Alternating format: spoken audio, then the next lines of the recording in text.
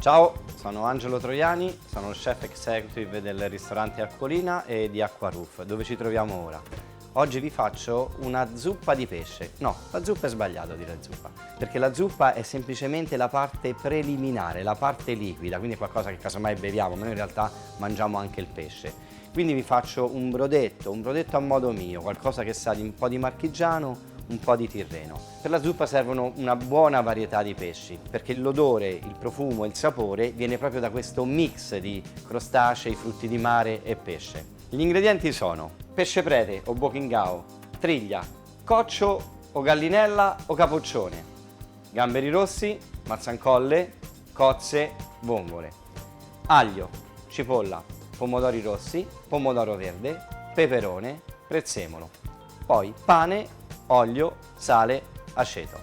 Come prima cosa vado a pulire il pesce, cioè a sfilettarlo, e a prendermi le carcasse e le teste per fare la zuppa.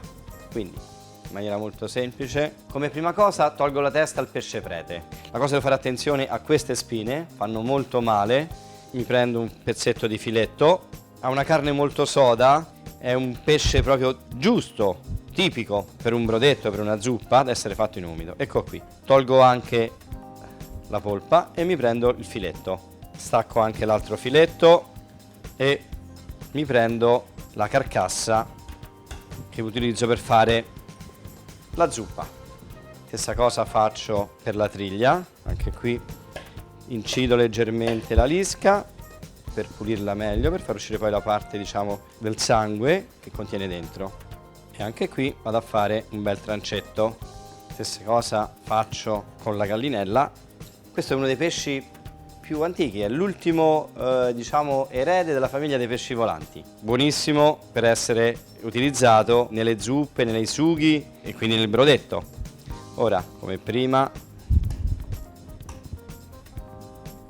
tolgo la parte più scura, la pancia, e mi prendo quindi il filetto. Prendo il calamaro che ho pulito, tolgo la parte, diciamo, dove sono le ventose che sono dure, non cuociono. Mi tengo i tentacoli, mi prendo due bei pezzi del calamaro, incido nei due sensi il calamaro, questo per ottenere semplicemente una coreografia, diciamo così, per quanto riguarda la presentazione. Ora andiamo a pulire, a sciacquare le carcasse per togliergli le impurità, per avere un fondo dal sapore più pulito. Ora cerco di pulire al meglio e togliere anche quei grumetti che ci sono dentro. Da queste carcasse mi prendo praticamente il sapore, il concentrato, come se fosse un pochino un dado, per modo di dire, no? Quindi vado a recuperare tutto il gusto, tutto il sapore di tutti i pesci. Adesso mettiamo il peperone così, intero, nel forno. Lo facciamo arrostire. 180 gradi, forno a secco, senza estrazione. Adesso andiamo a fare la zuppa. Quindi cipolla o cipollotto, a me piace sentire, diciamo, il sapore un pochino più persistente e quindi preferisco il cipollotto fresco. Lo taglio grossolanamente senza molto preoccuparmi. Poi uno spicchio di aglio, tolgo l'anima se c'è, ma in questo caso immagino non c'è, un aglio molto molto fresco, un goccettino di olio, le carcasse.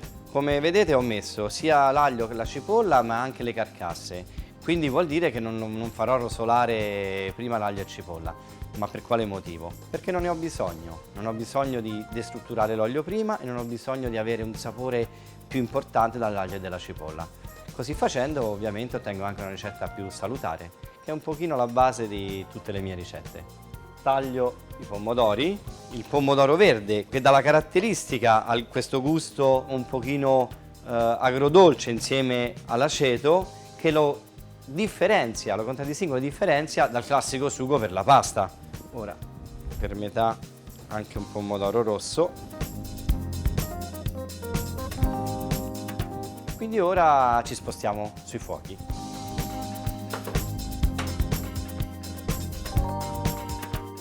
Ora aspettiamo che la temperatura sale, le carcasse cederanno prima l'acqua, quindi questo sapore, diciamo, questo profumo forte di pesce, e poi piano piano andranno a caramellizzare e quindi a creare un sapore più concentrato. Ora il pesce si è bene sfaldato, ha creato questa patina, questa leggera patina sul fondo della pentola, è questa che a me serve appunto per dare questo sapore così concentrato. Ora bagno con l'aceto di vino bianco, vado a pulire, a raschiare il fondo della pentola, metto i pomodori,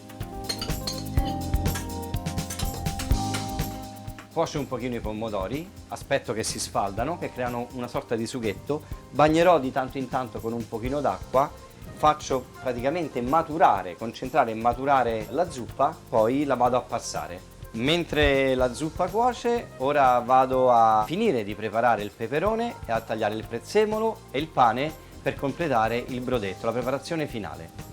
Taglio il prezzemolo, mi tengo i gambi sono per me la parte più buona del prezzemolo perché è la parte più profumata, più mentolata, mentre la foglia è la parte, diciamo così, più amara.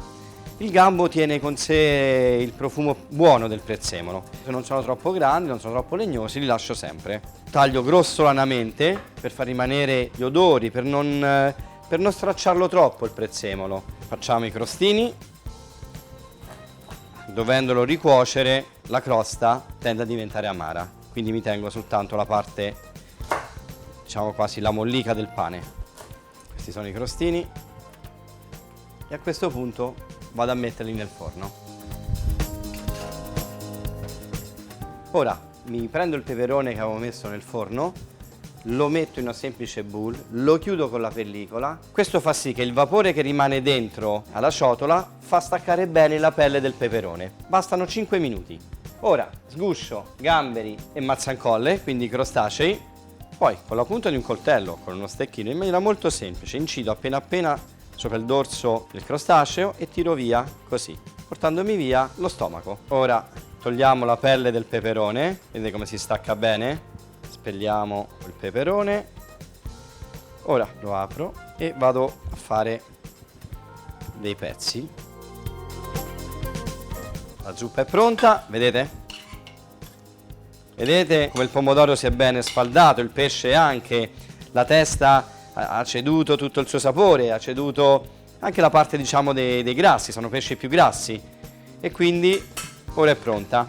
Adesso la passo su un passino fine, questo si chiama cornetto cinese o chinois e mi permette di premere bene ed estrarre tutto il succo. Fatto! Ora non rimane che mettere il fondo.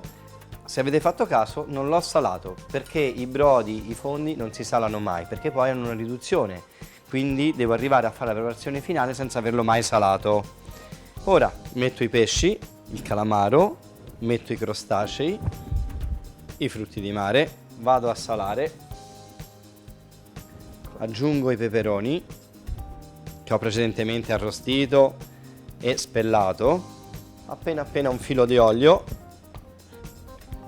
non mi rimane che chiuderla, utilizzo un coperchio di vetro perché così posso anche controllare la cottura.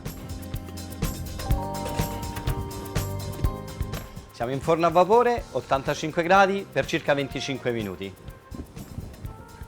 Ora metto ancora 2 crostini, ora l'ultimo filo di olio a crudo, un fruttato leggero. Il brodetto è pronto. Provate a rifarlo a casa, non è difficile, semplicemente basta aver capito cosa dobbiamo fare. Oppure potete venirlo a mangiare da noi, ad Acqua Roof, Terrazza Molinari, in uno dei più bei terrazzi di Roma. Vi aspettiamo, ciao!